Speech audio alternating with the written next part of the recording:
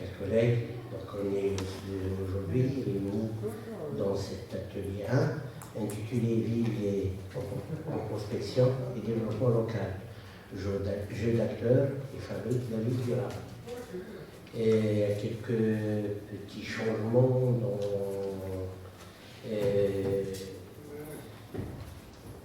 dans la participation de collègues. L'absence a permis à d'autres d'en profiter pour présenter leurs travaux de recherche. Donc sans plus tarder, j'appelle donc Madame Djima Barouf, qui nous présente donc un travail intitulé L'apport de la micro-urbanisation dans le développement durable des zones montagneuses en Algérie. Maintenant, les zones. Vous avez 10 minutes, Madame, pour nous présenter. Merci, Monsieur le Président. Alors, mon intervention, l'intitulé de mon intervention est l'apport de la micro-urbanisation dans le développement durable des zones montagneuses en Algérie horacienne. Donc, les anciens établissements horaciens, jadis, étaient marginalisés, mais aujourd'hui, ils connaissent des mutations, des transformations très très importantes. Ces transformations, elles sont dues à l'urbanisation planifiée, mais aussi à un autre type d'urbanisation qui est une urbanisation in situ, c'est la micro-urbanisation. Cette dernière a pris de l'ampleur et a un rôle très très important dans les mutations et dans la durabilité de ces établissements. Bien sûr, à travers ce travail, nous essayons d'interpréter bien sûr les résultats obtenus à partir de deux analyses qu'on a effectuées, une analyse diachronique et une autre morphologique, d'appréhender le phénomène de la micro-urbanisation dans ces établissements, ces anciens établissements à travers l'exemple de Mena, d'expliquer les raisons ainsi que les facteurs qui ont engendré et contribué au développement et d'identifier les différentes conséquences et les impacts sur les anciens établissements humains, à savoir le cas de Mena, ainsi que les implications sur ces implications sur le développement durable. Bon, la genèse du processus de la micro-urbanisation dans le cas d'étude. Alors, Mena, c'est une localité qui est située dans la vallée de Oued Abdi, au cœur des Aurès. Elle est localisée sur l'axe qui relie Constantine et Biskra, et elle a joué un rôle de relais dans l'époque ottomane. Donc, cette situation a permis aux habitants de Mena de faire des échanges commerciaux et bien sûr d'avoir un contact c'est-à-dire avec le monde urbain.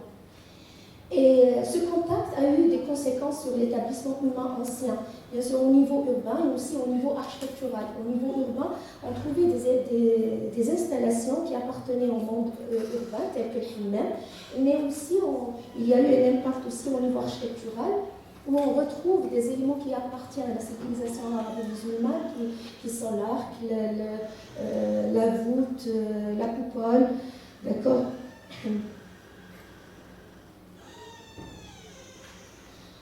Et durant l'époque coloniale, vu le nouveau statut qu'a eu Mena, un statut administratif important dans la vallée de Oued Abdi, et l'installation des grands équipements, quand je dis les grands équipements, c'est plutôt des équipements qui étaient vraiment importants, tels que l'hôtel, d'accord, et d'autres installations coloniales. Alors, ces deux facteurs ont permis l'extension de la ville de Mena et l'implantation le long des axes. Et bien sûr, l'utilisation des matériaux apportés par les colons qui sont le ciment, bien sûr, et la pierre taillée, parce que l'architecture ancienne, elle n'était pas connue, l'ancienne, elle n'a pas connu l'utilisation de la pierre taillée, mais plutôt la pierre en état naturel. Et bien sûr, il y a eu de nouvelles techniques de construction qui sont la dalle laine. Actuellement, on assiste à une évolution très très importante et Cette évolution, elle est engendrée, ou bien, c'est-à-dire elle s'est faite le long des axes, surtout la route nationale 87 et l'apparition de nouveaux quartiers qui sont très très importants. Alors ça, c'est un type de situation, mais il y a un deuxième cas de situation qui se présente et qu'on trouve au sein des anciens établissements, donc le premier noyau de Men'a ainsi que Dar Ben Abbas. Il y a eu un renouvellement et une nouvelle dynamique à l'intérieur de ces anciens établissements. Les facteurs qui étaient à l'origine de l'urbanisation, il y a des facteurs exogènes et bien sûr des facteurs endogènes. Donc il y a la croissance démographique, il y a le développement économique, il y a aussi le découpage administratif, donc la localité, et c'est-à-dire maintenant c'est une daïra. Et aussi il y a l'industrialisation, donc il y a la présence de deux usines c'est-à-dire dans cette commune et cette localité, et aussi les aides de l'État, et bien sûr l'axe, la route nationale qui a permis le désenclavement de la région. Comment se manifeste la micro-urbanisation dans l'agglomération cas d'études? Elle se manifeste de deux manières. La première, c'était un glissement vers la route, d'accord? Donc il y a une croissance le long des axes importants, et aussi le long des pistes, des nouvelles pistes créées. Et c'est-à-dire une deuxième façon avec laquelle s'est manifestée la micro-urbanisation, c'est le renouvellement urbain des anciens établissements. Donc on retrouve qu'à Dar Ben Abbas, il y a 92,6% des constructions ont été rénovées, donc elles ont été reconstruites. Et dans le premier noyau, il y a 33,33%. Alors là, j'ouvre une parenthèse, que ces noyaux sont des noyaux qui sont classés patrimoine national. Et malgré ça, c'est-à-dire on constate qu'il y a des rénovations qui s'effectuent à l'intérieur de ces deux entités. L'analyse morphologique des anciens tissus de Men'a, là on a utilisé un logiciel qui est Fractalise, nous a permis de vérifier les mutations au niveau morphologique. Alors d'une façon générale, il n'y a plus de changement morphologique à l'intérieur des anciens établissements. Et les nouveaux qui se sont constitués, ils ont repris des anciens. Donc qu'est-ce qu'on retrouve? On retrouve que ces éléments-là, ils présentent une complexité qui est moyenne. Ce sont des établissements qui sont bien hiérarchisés. Ils présentent c'est-à-dire leur bordure présente une forme de terragone. La forme en général de tout le tissu répond à la logique du tapis de Spersky. Et toujours les anciens noyaux sont compacts, même si c'est-à-dire les nouveaux noyaux présentent moins de compacité, mais on les trouve pratiquement ça. L'impact de la micro-urbanisation sur les anciens établissements de Men'a. Alors, pour le glissement vers la route, il y a eu l'abandon des noyaux anciens. C'est-à-dire, dans un premier temps, il y a eu ça. Donc, la conséquence de cet abandon, c'est le risque de disparition. Et un deuxième phénomène, elle a engendré une ségrégation entre la population. Donc, la population aisée, elle s'est installée le long des axes, et la population pauvre restée au niveau des anciens établissements. Le renouvellement urbain a eu d'autres conséquences. Malgré qu'il y a eu une transformation du paysage urbain, en même temps, il y a eu la stratification du nouveau sur l'ancien qui permettait la continuité historique et la permanence de l'ancien. Les implications du développement durable.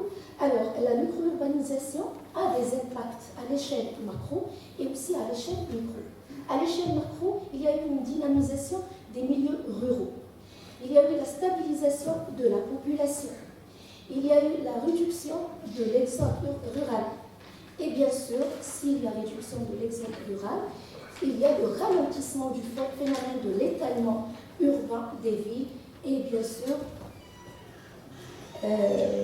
c'est-à-dire on réduit aussi le phénomène des bidonvilles tout autour des villes. À l'échelle micro, la croissance urbaine,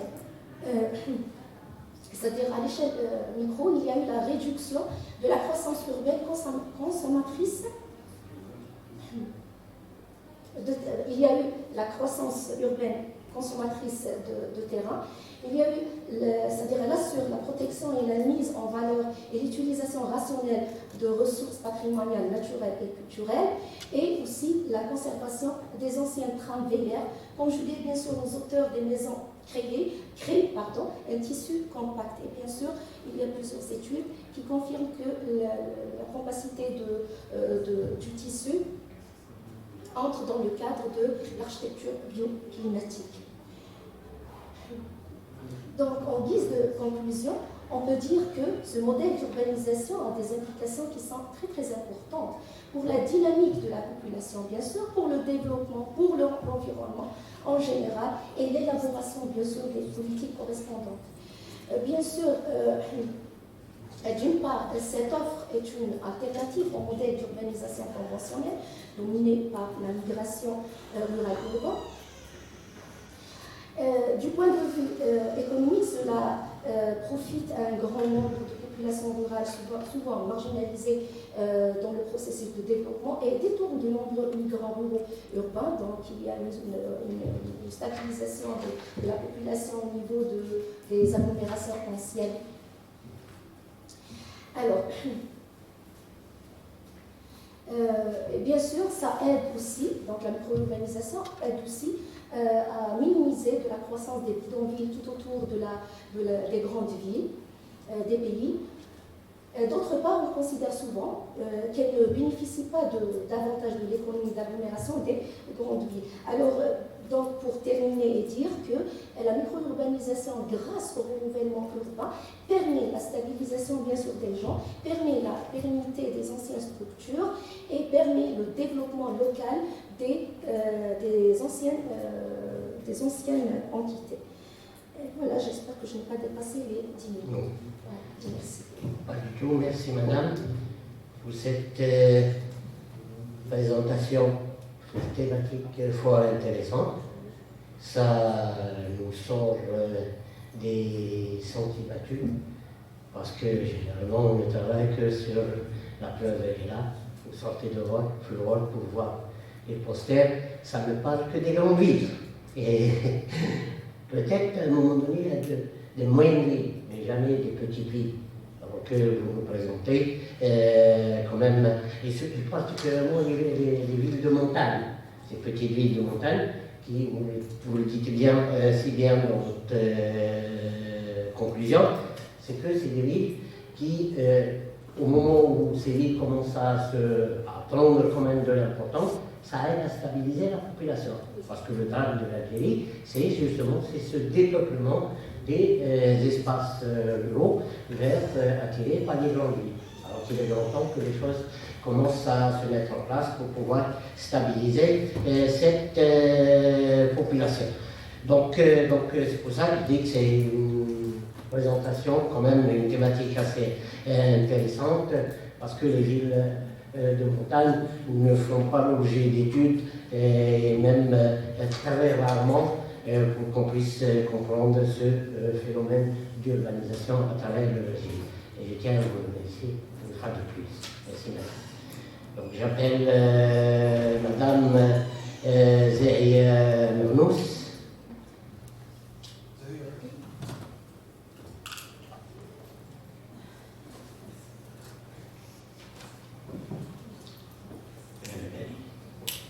Donc, pour nous présenter une communication intitulée « La formation, un fondement du projet d'une ville durable ». Bien sûr, comme je l'ai dit avant, l'intérêt se situe généralement uniquement sur les grandes villes, avec l'exemple du cas de la ville de Constantine.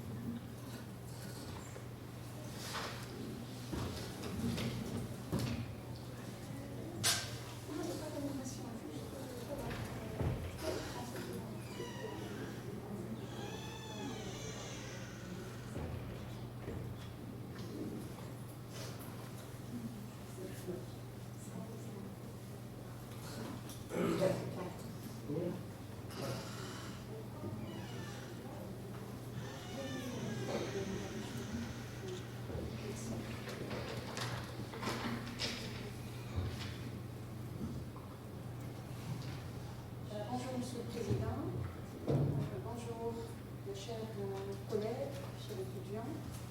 Donc j'ai le plaisir de présenter avec vous le travail qui a fait l'objet d'une thèse de doctorat, dont est intitulé La formation, un fondement du projet.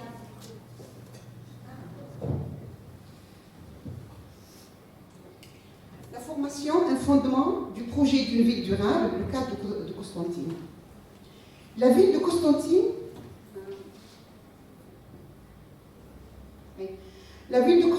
est baptisée ville millénaire et ville patrimoniale par l'inscription de tout son centre urbain dans le corps d'une ville durable, tel que le quartier du Coudien, le quartier de la Vigerie, le boulevard de la Ville et autres. Cet attribut de durabilité est inspiré de la trilogie de Vitruve, utilité, solidité et beauté. Tout un rez-de-chaussée a été sacrifié pour permettre au quartier de la Vigerie une ventilation et une connexion avec les vues panoramiques, d'où l'appellation du lieu Bellevue. Intégrer le Coudieu-Terrati à la ville de Constantine a fait partie de l'ambitieux programme d'expansion destiné à Constantine. Il a reflété, comme dans un miroir, l'audace de ces ingénieurs décidés à relever le conflit de la nature. Il a nécessité a priori le dérasement de la colline et la construction de l'assiette par des hauts murs de soutènement avec les ès et les escaliers urbains conçus en ouvrage d'art. Le boulevard de la ville, sculpté dans la roche par moments, a été construit comme un balcon urbain afin d'articuler le rocher avec ses environs en offrant un circuit de promenade aux touristes et aux citadins. Ce boulevard, démarrant sur les traces des remparts, est un modèle urbain reconnu à l'échelle universelle. C'est le rempart, substitué par le boulevard, qui assure l'articulation de la ville médiévale avec les nouvelles extensions de la ville. Cependant, la dynamique urbaine qu'elle a connue depuis les années 90, matérialisée par la création de villes nouvelles, ne s'inscrit pas dans l'histoire urbaine de l'architecture de la ville à l'échelle universelle, ni à celle de la ville-mère à l'échelle locale. À l'échelle locale, la dimension patrimoniale de la ville durable n'est plus le maître d'œuvre dans le projet de la ville. À l'échelle universelle, le projet urbain, fédérateur des quartiers durables, est méconnu. Faisant fi de la construction de l'espace public, le cœur du projet urbain, la conception de ces aménagements nouveaux s'est faite à deux échelles antinomiques. L'échelle macro, qui est du ressort de l'aménagement de la ville, et l'échelle micro, qui est du ressort de l'architecture, du projet de bâtiments, habitations et équipements. Ainsi, le constat de l'état des lieux de la ville nouvelle de l'Imagerie nous révèle que ces nouveaux aménagements ont été abordés sans distanciation ni abstraction faite du passé. Ils ne sont restitués ni dans l'histoire urbaine du centre historique de la ville de Constantine, ni dans la ville coloniale que les pionniers français ont réalisé sur un site difficilement maîtrisable, et ni davantage dans l'histoire des idées et des théories qui ont contribué à la réhabilitation, à la reconstruction, à la réalisation du patrimoine édifié à l'échelle universelle. Notre contribution s'insère dans la visée d'apurer les questions de dialogue entre acteurs de la ville, clarifier leur rôle et limite quant aux opérations urbaines, toutes échelles confondues, mais aussi à la mise en œuvre des stratégies de son développement local. Elle fera l'objet de l'esquisse de certaines réponses à la question suivante. Comment peut-on arriver à un résultat engageant décideurs, formateurs et concepteurs dans une réflexion commune afin de dégager des solutions adéquates qui prennent en considération aussi bien les facteurs socio-économiques et culturels que politiques, afin de ressusciter la dimension existentielle des lieux pour une ville urbaine, cohérente, intégrée et partagée, en finalité une ville durable. L'hypothèse stipule que le dessin de toute vie n'est pas neutre. Il porte en lui les destins sociaux et culturels, des compétences et des savoirs fruits de la formation des acteurs de sa conception et sa réalisation. Le savoir prodigué aux apprenants en architecture est perceptible à travers le programme alloué dans chaque formation. La ville durable en Algérie est le produit de la formation assurée par l'École nationale d'architecture et des beaux-arts à Alger, rattachée à celle de Paris jusqu'à l'avènement de mai 68. Ce dernier a engendré la séparation de la formation de l'architecture de l'École des beaux-arts et la création des différentes unités pédagogiques sur le territoire français. De même, il a traversé la Méditerranée pour générer la même suite en Algérie. Cependant, une question s'impose. Pourquoi l'avènement de la séparation de la section architecture de l'École des beaux-arts en France et en Algérie n'a pas engendré une formation concevant la même qualité du cadre bâti? Pourquoi le cadre bâti en Algérie persiste à reconduire les préceptes de l'architecture fonctionnaliste, tandis qu'en France s'est opérée une rupture épistémologique avec le mouvement moderne? Afin d'avoir des éléments de réponse à nos questionnements, nous avons interrogé la formation du concepteur de la ville dans les deux cursus. La graduation à travers le contenu du programme de la formation dans les différentes réformes que l'institution a connues durant la période 1975-2017, et la post-graduation à travers les thèmes émergents des centres d'intérêt des formateurs, à travers les mémoires, thèses et projets de recherche des formateurs, afin de mettre la lumière sur les savoirs savants qui nourrissent les différents enseignements. Comme résultat,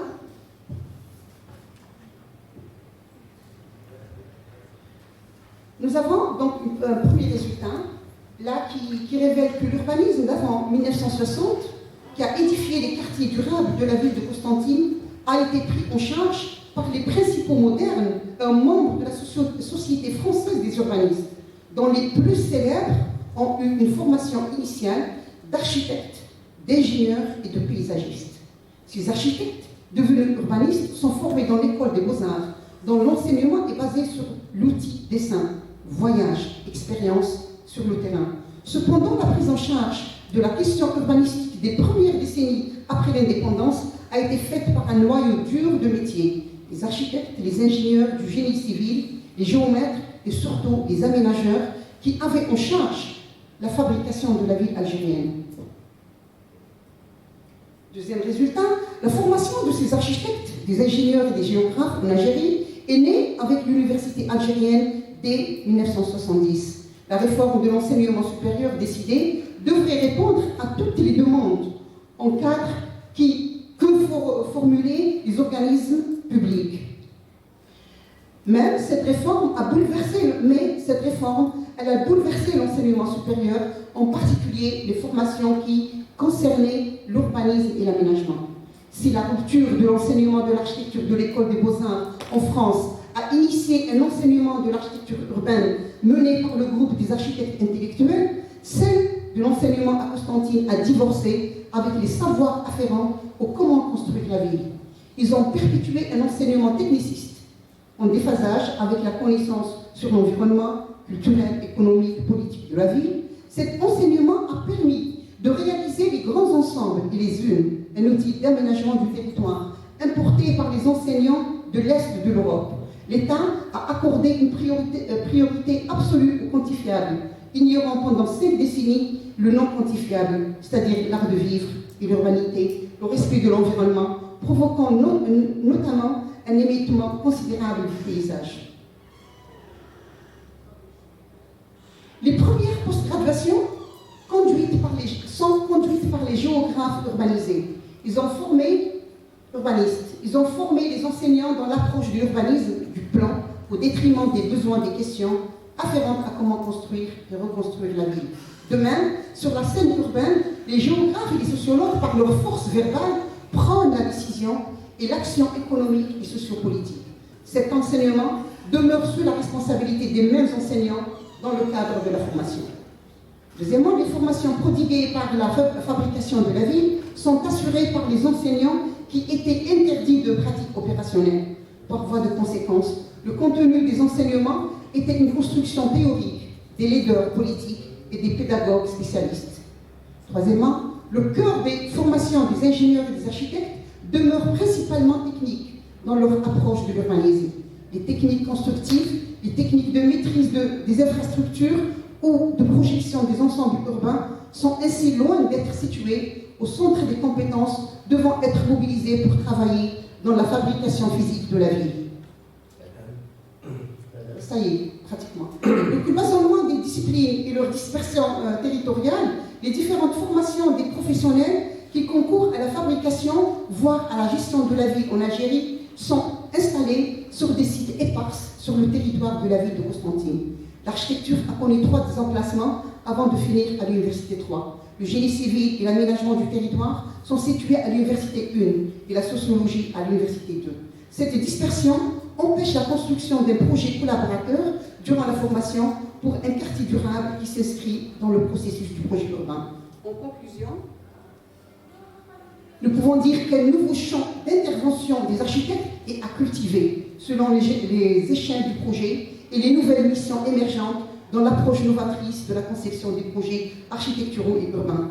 La nécessité d'une formation de l'acteur concepteur du projet urbain, du dessin au dessin, devrait s'échelonner dans un processus progressif à différents niveaux de compétences. Un premier niveau à l'échelle architecturale, un deuxième niveau à l'échelle urbaine et un troisième niveau à l'échelle territoriale.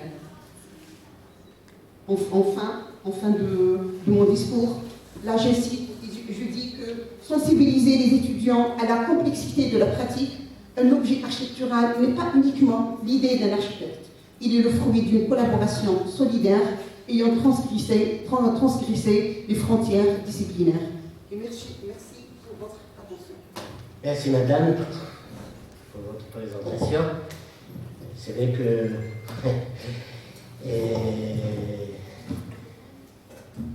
vous critiquez un système que tout le monde, toute discipline concernée, y a cette remise en cause de la formation dans sa globalité. Ça ne concerne pas uniquement les architectes ou les gens du génie civil, mais toutes les disciplines concernées.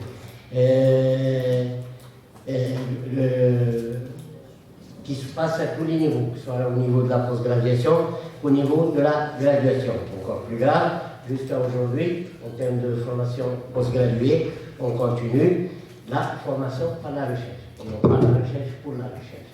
Donc c'est ce besoin de formateurs que l'État a besoin, qui fait qu'on est encore dans une voie qui, à un moment ou l'autre, il va falloir un petit peu voir les faire un bilan pour essayer un petit peu changer le cas. Vous insistez sur la formation de l'architecture, vous donnez l'exemple de la France, et la formation architecturale en France ne dépend pas du ministère de l'Enseignement supérieur, c'est du ministère de la Culture. Donc c'est une autre philosophie. C'est pour ça que c'est un peu différent de ce qui se passe en Algérie. Vous dites que chaque discipline travaille séparément. Vous donnez l'exemple des 3 sites de Constantine, mais je pense qu'en Algérie, on a des entités qui sont là pour justement fédérer les formations. Ce sont les laboratoires de recherche. Ils ne peuvent que regrouper les disciplines pour résoudre tel problème. Et je vous remercie, madame. Merci beaucoup. J'appelle donc madame Ashwa Sa pour nous parler d'un thème intitulé, c'est in English, The Impact of Multimodality on Local Development of Algerian Cities.